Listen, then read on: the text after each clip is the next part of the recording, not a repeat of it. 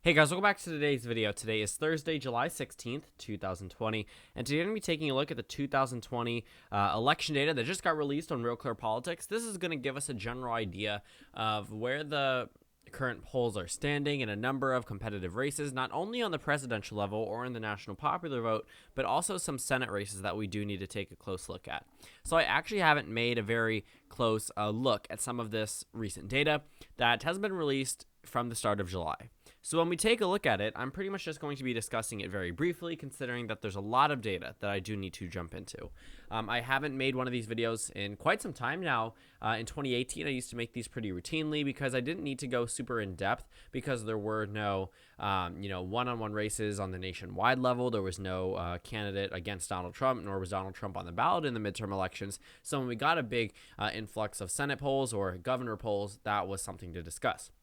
But since I haven't really covered the Senate and the presidential race at the same time, other than in my election nights, I pretty much decided to make this video. So we're going to go ahead and take a look at all of the polls that have been released on Real Clear Politics from July 2nd all the way through July 16th. Now, I know it seems like there's a lot, but a lot of these polls are either direction of the country, congressional job approval rating, President Trump job approval rating, or national popular vote, which, yes, is important, but not as important as the state-by-state races, or as important as the United States Senate. So let's go ahead and take a look. Starting off on Thursday, July 2nd, there was a general election poll released from Monmouth University.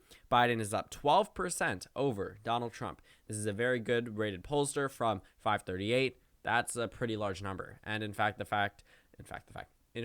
Biden has outperformed that number today from a Quinnipiac University poll that was released that shows Biden ahead by 15%. But FiveThirtyEight released an article discussing, yes, Biden has an astonishing lead, but it's not 15%, which I do necessarily agree with, but the current trends indicate that that is possible. Texas. I mean, we weren't talking about Texas maybe 3 months ago. I understand that was always a pipe dream for the Democratic Party, but now it's real. Texas has gone from being something that some people expect to be likely Republican to this day. Even though that's going to be wrong, they do expect Texas to be a likely Republican state. Now, I mean, some ratings have moved it down to lean, possibly even toss-up, and the reason for that is because Donald Trump is narrowing up in this state. Back in 2016, he led by 12% on Election Day, only won by 9. Trump plus 4 in Texas, the Trump plus 4 in Arizona, and then McSally leading in Arizona as well. I do not believe these numbers whatsoever. It's not because they don't agree with my specific agenda. It's because Gravis is a horrible pollster, and they also are releasing results that don't match up any other data. So either the poll that has been consistently wrong in previous elections and is an outlier is correct, or the other ones are right. So I'm not really going to give much attention to that individual poll. Monmouth University gives Democrats an 8-point lead in the generic ballot. Florida, Trump versus Biden, a tie. Trafalgar Group is a notable pollster because they got Michigan and Pennsylvania correct the day before the election. But to be fair, they were the last pollster to complete their questioning in those individual states. They also have a Republican bias, so if Hillary Clinton had won those states, it wouldn't have been accurate. They typically overestimate Republicans. So a tie is actually good for Vice President Biden, considering that Trump had won there in 2016. In Pennsylvania, they also show Biden ahead by 5%. But again, the data itself definitely, or at least the polling from itself, definitely overestimates Republicans and has in the past. So Pennsylvania, Biden plus 5. In the main Senate race, I'm not worrying too much about the main overall presidential state-by-state race. I think that Joe Biden will absolutely carry Maine at large, Maine 1st Congressional District, but we really need polling for the individual 2nd Congressional District. For the main Senate race, though, it is a lot narrower than the presidential race. Sarah Gideon only leads Susan Collins in this recent poll by 4%.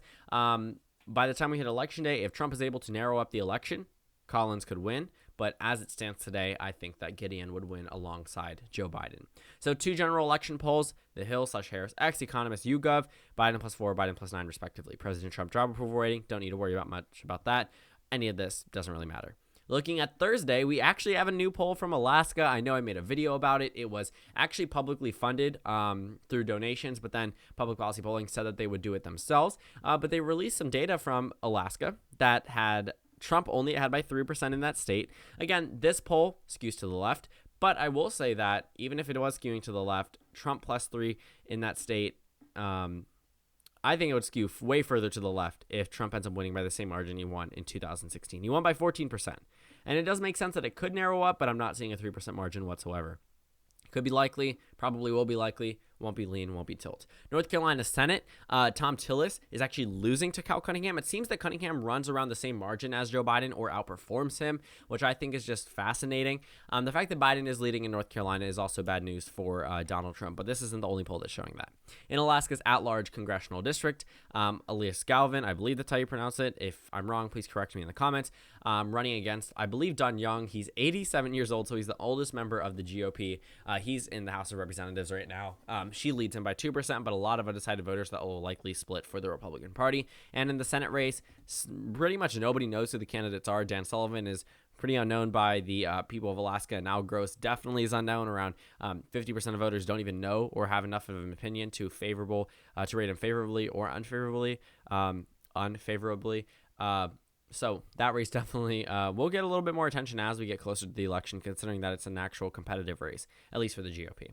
For Florida, CBS News shows Biden ahead by 6%. They show a tie in Arizona, and Arizona I actually do agree that has recently moved further to the right, but that's also just due to the fact that there's an outlier poll and one tie poll that makes it just seem like Arizona is no longer likely for the Democratic Party. But as it stands, I still think that Arizona will vote to the left of Wisconsin. In the state of Texas, CBS News only shows Trump ahead by 1%. That's pretty significant. And then you go down to the Dallas Morning News poll that shows Biden ahead by 5%. I think that's also very interesting. Biden actually led in the state of Texas just, I believe, 2 days ago, according to the FiveThirtyEight average. Hillary Clinton didn't even come close. So Biden is doing something very different, especially in that solid Republican state, or at least used to be solid Republican state. Can't say that anymore. In Georgia, Trump leads Biden by 3%. I understand that this is One American News, and I understand that people don't necessarily agree with their data, but I wouldn't completely discredit the data. It is a Gravis poll, so that's a warning sign, but I know I'm saying a lot of buts. I don't have too many nice things to say about this news organization in general or even the poll itself, but don't completely discredit it just because it's done by a news organization. Typically, they won't be able to impact it the same way that even though a Fox News poll may show Trump behind Joe Biden by 10%, it shouldn't be further to the right because it is a Fox News poll. It's just a Fox News poll. They're the ones funding it. CBS News, Arizona Senate, this one's a little bit more like it. Mark Kelly seems to consistently outperform Joe Biden on the overall average in that state. Arizona, Biden ahead by 2.8%. Then you go to the Arizona Senate race, and then Kelly leads by 5%. So he pretty much outperforms him over almost every single time. Texas Senate, Cornyn leads MJ Hager in both the Dallas Morning News and the CBS News. What's interesting is that he actually leads her by a larger margin in the poll that shows Biden ahead. So unfortunately for Democrats in this Senate election, they don't seem like they're going to have too good of a race there. Nothing like what they had in 2018. In Missouri, Trump only leads Biden by 7%. This is a state that went to him by 18.5% in 2016. The polls indicated around 11 point victory. So did outperform for Donald Trump, but he leads by 6.4%. I think that doesn't need too much attention. It's Missouri. It's going to go to Trump regardless, but it's just number one of those states that have moved down further away from Donald Trump. Still in his column, though. Don't get me wrong, but still not too good of a number. In the state of Montana, Trump leads Biden by 9%. It was actually a 20.5% margin in 2016. I don't know why I said 19%. That's a pretty significant drop. In Montana's Senate race, this is a very, very close race. Back in 2014, I don't even know. I know that Steve Daines picked up this race, I believe, if I'm not mistaken. It was, I believe, let's go ahead and see. I think there was a Democrat here before. Maybe I'm wrong. So there was a Democrat in here. 2014 was a pickup for the GOP. And now it's competitive again because Steve Bullock is the incumbent governor of Montana, and he's running, and he's more popular than Steve Daines. So this poll actually makes sense. In the governor's race, the Democrats haven't lost his governor race since 2000. So this would actually be not too big of a blow, but not too good for the Democrats. Montana at-large district, Matt Rosendale, Kathleen Williams, they're in a tie right now. This race was also competitive back in 2018. We take a look at Missouri governor. Mike Parson leads by 2%. This race actually has been moved from likely down to lean in favor of the Republican Party, but still closer than expected. So in Florida, let's go ahead and take a look at this recent poll from Gravis. Like I said, I don't necessarily flock to these polls just for a number of reasons, but they show Biden ahead by 10%, so I guess you have to add that data point in as well. OH Predictive Insights actually predicted a Martha McSally victory in this Senate race back in 2018, so that's not saying it's wrong. It just overestimated Republicans and has in the past. So if it overestimates Republicans, that means Mark Kelly's probably going to win by a larger margin than we expect based off the data that we have right now. It was outperformed by Kirsten Sinema by 3%. 2 years ago, likely will with the same exact candidate on the Republican side, who isn't liked by our constituents. So the final polls that we need to cover are Thursday and Wednesday. We'll do Thursday first just because there's only one from OG Predictive Insights that shows Biden ahead by 5%. That comes as a result of the same exact poll that shows Martha McSally behind Mark Kelly by 9%, but they released their data, and I think that's pretty interesting. Arizona typically doesn't lead for Democrats in terms of the polls, and Biden has held a consistent lead. In 2016, yes, Hillary Clinton led up to the final weeks of the campaign, up until November, but also October surprise drop, James Comey, a lot of things went against her negatively, and she might have been competitive in Arizona, but she did not lead on Election Day, and Biden has a pretty significant lead right now. Smaller lead than what Donald Trump had, but you also have to account for the fact that Donald Trump underperformed the data then. So a number of general election polls, not much to cover there. Like I said, Quinnipiac University, Biden plus 15. Then Rasmussen, like I said, typically the outlier, always going to the right, Biden plus 3, but the rest are double digits or 9%. In North Carolina, CNBC put out a number of polls, not just in North Carolina, but North Carolina, Florida, Pennsylvania, Michigan, Wisconsin, Arizona.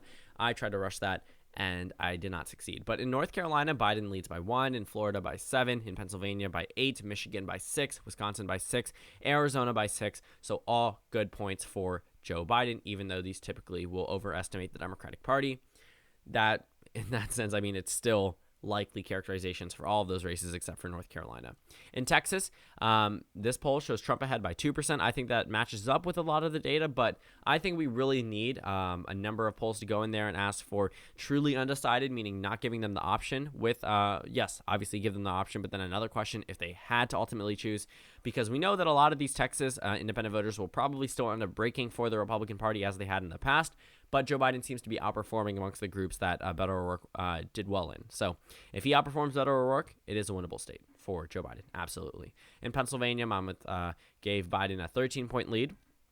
So that's a little bit overestimating what Joe Biden probably will get on Election Day. But let's go ahead and take a look at the remainder Senate races. They actually included Michigan for the first time in quite some time.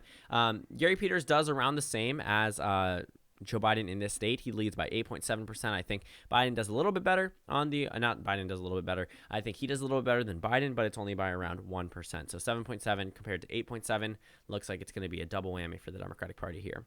As we look at the Arizona Senate race, Mark Kelly leads Martha McSally. That also makes sense. And then North Carolina Senate, Cal Cunningham seems to be doing actually now a little bit better than Joe Biden.